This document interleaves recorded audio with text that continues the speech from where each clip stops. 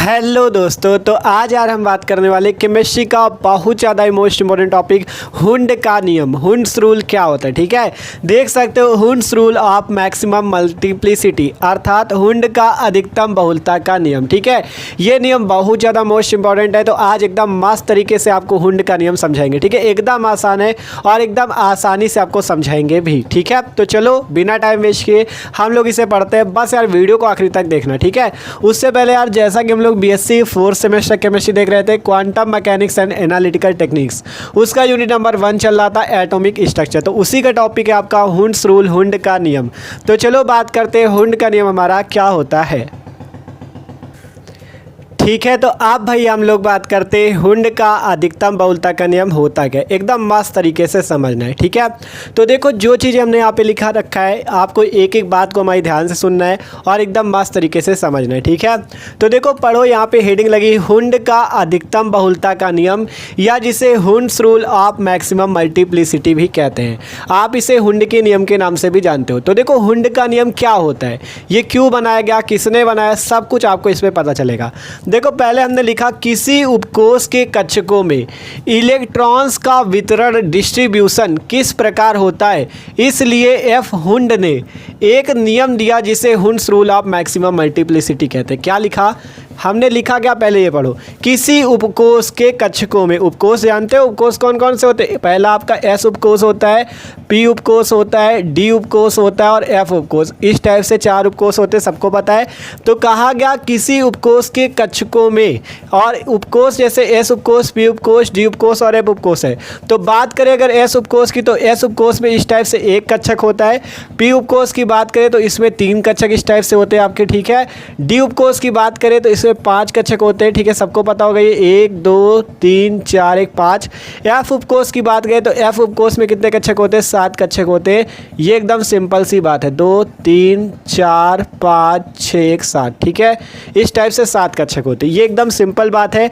हम आपसे कह रहे हैं कोई भी उपकोष है, जैसे उपकोष एस पी डी एफ होते हैं, एस पे 1 कक्षक, पी पे 3 कक्षक, डी पे 5 कक्षक, एफ पे 7 कक्षक होते हैं। तो सबसे पहले लिखा गया किसी उपकोष, जिसे इंग्लिश पे सबसेल कहते हैं, कौन कौन से, जैसे एसपीडीएफ, ठीक है, के कक्षकों, कक्षक ये होते हैं, ये देख सकते हो, ये कक्षक डिब्बे का मतलब कक्षक, ये जो आपको दिख रहे हैं इन्हें कक्षक कहते हैं, ऑर्बिट्स कहते हैं। कक्षकों ऑर्बिट्स में इलेक्ट्रॉन का वितरण, अर्थात इसमें इलेक्ट्रॉन इस प्रकार से भरे जाएं, इसके संबंध में हुंड ने रूल दिया, ठीक है, कि जैसे ये उपकोष एसपीडीएफ हैं, इनके जो कक्षक है इसमें इलेक्ट्रॉनों को किस तरह से भरा जाए, इसलिए किसने एक रूल दिया, हुंड ने, हुंड नामक साइंटिस्ट ने एक रूल दिया जिसकी सहायता से आप एसपीडीएफ इन उपकोषों में क्या भर सकते हो, आप इलेक्ट्रॉनों को भर सकते हो। तो देख सकते हो वही चीज कहा गया, किसी उपकोष सबसेल के कक्षकों में इलेक्ट्रॉन का वितरण अर्थात डिस्ट्रीब्यूशन किस प्रकार होता है, इसलिए एफ हुंड 1925 अर्थात 1925 में एफ हुंड नामक साइंटिस्ट ने एक नियम दिया जिसे Hund's rule of maximum multiplicity, आपका हुंड का अधिकतम बहुलता का नियम कहते हैं, ठीक है। सबको समझ में आ रहा होगा कि हुंड का नियम क्या है। देखो कोई भी उपकोष, जैसे एसपीडीएफ उपकोष होते हैं आपके, इनके कक्षक होते हैं, जैसे एस पे 1 कक्षक, पी पे 3 कक्षक, डी पे 5 और एफ पे 7 कक्षक होते हैं। तो इनमें इलेक्ट्रॉनों को किस प्रकार से भरा जाए, इसके संबंध में हुंड नामक साइंटिस्ट ने एक रूल दिया जिसे हुंड का नियम या हुंड्स रूल कहते हैं, ठीक है। सबको समझ में आया। आप देखो ये हुंड रूल कहता क्या है कि इलेक्ट्रॉन कैसे भरे जाएं। तो देखो यहाँ पे लिखा गया according to this, according to this का मतलब इस नियम के अनुसार, अकॉर्डिंग टू दिस अर्थात इस नियम के अनुसार। इस नियम के अनुसार क्या बताया हुंड ने कि किसी भी उपकोष के कक्षक में इलेक्ट्रॉन का डिस्ट्रीब्यूशन अर्थात वितरण इस प्रकार होता है कि पहले प्रत्येक ऑर्बिटल में एक एक इलेक्ट्रॉन भरा जाता है, फिर इलेक्ट्रॉन का युग्मन होता है।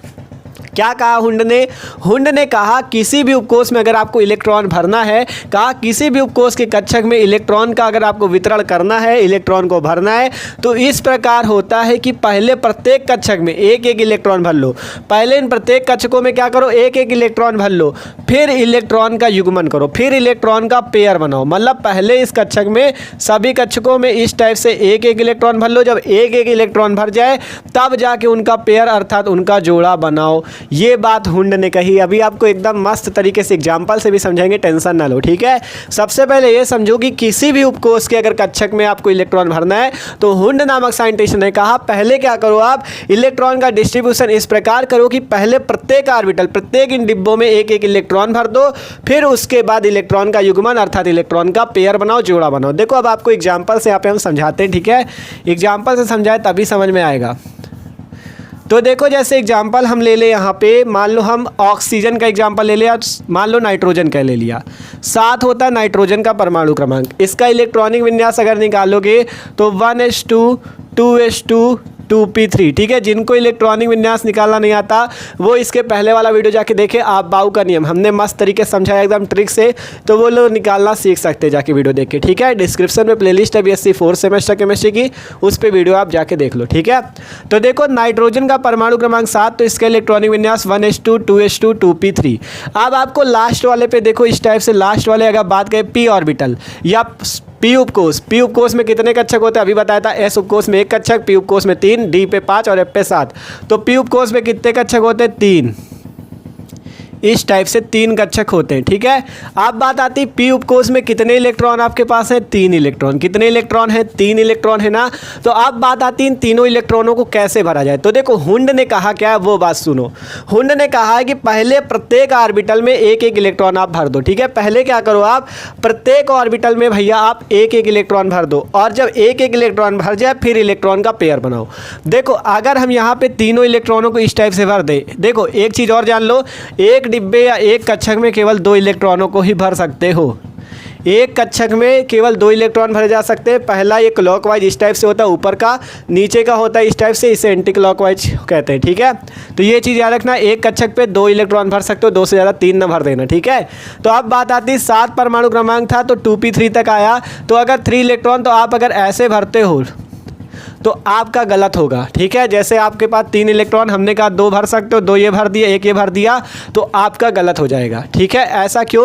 हुंड के नियम के अनुसार, क्योंकि हुंड भाई साहब ने क्या कहा है कि पहले प्रत्येक ऑर्बिट अर्थात प्रत्येक कक्षक में एक एक इलेक्ट्रॉन भर दो, तभी उसका जोड़ा बनाओ। जैसे हमने यहाँ पे क्या किया, इलेक्ट्रॉन का जोड़ा बना दिया। देखो 1 इलेक्ट्रॉन है तो वो अकेला है, 2 हो गए तो वो जोड़ा बना दिया, ठीक है, पेयर बना दिया उसका। तो आप जोड़ा तभी बनाओ जब सब कक्षक में एक एक भर दो। देखो कैसे, इसका अगर बात करें यहाँ पे 3 कक्षक है इस टाइप से, 1 2 1 3, क्योंकि p पे 3 होते हैं। आपको 3 इलेक्ट्रॉन अगर भरने हैं तो आप पहले 1 इलेक्ट्रॉन इसमें भरो, फिर 1 इलेक्ट्रॉन इसमें भरो, फिर 1 इलेक्ट्रॉन इसमें भरो। अब अगर बचे तो आप जोड़ा बनाओ, क्योंकि कहा गया है, हुंड ने कहा क्या है कि पहले प्रत्येक कक्षक में एक एक भर दो। पहले जितने डिब्बे दिख रहे हैं पहले इनमें एक एक भर दो, तब जाके जोड़ा बनाओ। आप जैसे मान लो एग्जाम्पल के तौर पे, मान लो एग्जाम्पल दे रहे हैं आपको, मान लो D5 या D6, ठीक है।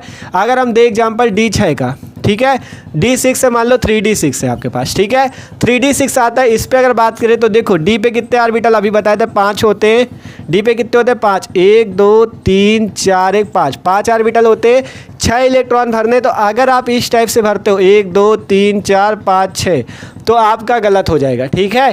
क्योंकि हुंड नामक साइंटिस्ट कहते हैं पहले सभी डिब्बों में या सभी कक्षकों में एक एक भर दो, उसके बाद जोड़ा बनाओ। जैसे हमने यहाँ पे पहले ही जोड़ा बना दिया, अभी ये वाले तो खाली बचे हैं। ऐसा नहीं करना आपको, ठीक है। ऐसा करोगे तो गलत हो जाएगा। यही बात हुंड ने बताया, यही बात हुंड ने बताया। हुंड ने कहा पहले आप जैसे 5 खाने हैं तो आप 5 खाने में पहले एक एक भर दो, इस टाइप से। पहले 5 खाने में एक एक इलेक्ट्रॉन इस टाइप से भर दो। आप जब जगह देखो 5 खाने में एक एक भर दिया, अब उसके बाद जोड़ा बनाओ, क्योंकि कहा गया है कि पहले प्रत्येक ऑर्बिट अर्थात कक्षक में एक एक इलेक्ट्रॉन भर लो, उसके बाद ही इलेक्ट्रॉन का युग्मन अर्थात पेयर अर्थात जोड़ा बनाओ, ठीक है। पहले इन सब डिब्बों में एक एक भर दो, उसके बाद जोड़ा बनाओ। देखो 5 भर दिए, 1 2 3 4 5, बचा कितना? 1, तो 1 भर दो यहाँ पे। आप सही है, ठीक है, आप सही है। इसी टाइप से और भी आपको एग्जांपल से समझा दे, ठीक है, कि आपका कैसे हो सकता है। मान लो आपसे हम कहें और भी कोई एग्जांपल दे, देखो, ठीक है, और भी एग्जांपल दें। जैसे मान लो अब हम आपसे कह दें ऑक्सीजन। ऑक्सीजन का परमाणु क्रमांक 8 होता है। अगर इसका इलेक्ट्रॉनिक विन्यास निकाला जाए तो 1s2 2s2 2p4 ये आता है इलेक्ट्रॉनिक विन्यास। ठीक है, अब अगर हम इस वाले पे बात करें पी पे कि कैसे इलेक्ट्रॉन भरा जाएगा, तो सबसे पहले आपको ये पता होना चाहिए पी पे कितने कक्षक होते हैं। पी पे 3 कक्षक होते हैं, तो 3 कक्षक इस टाइप से बना लो। ठीक है, अब इलेक्ट्रॉन कितने हैं पी के पास, ऊपर लिखे 4, मतलब 4 इलेक्ट्रॉन है। तो अब इन 4 इलेक्ट्रॉनों को कैसे भरेंगे, हुंड के नियम के अनुसार।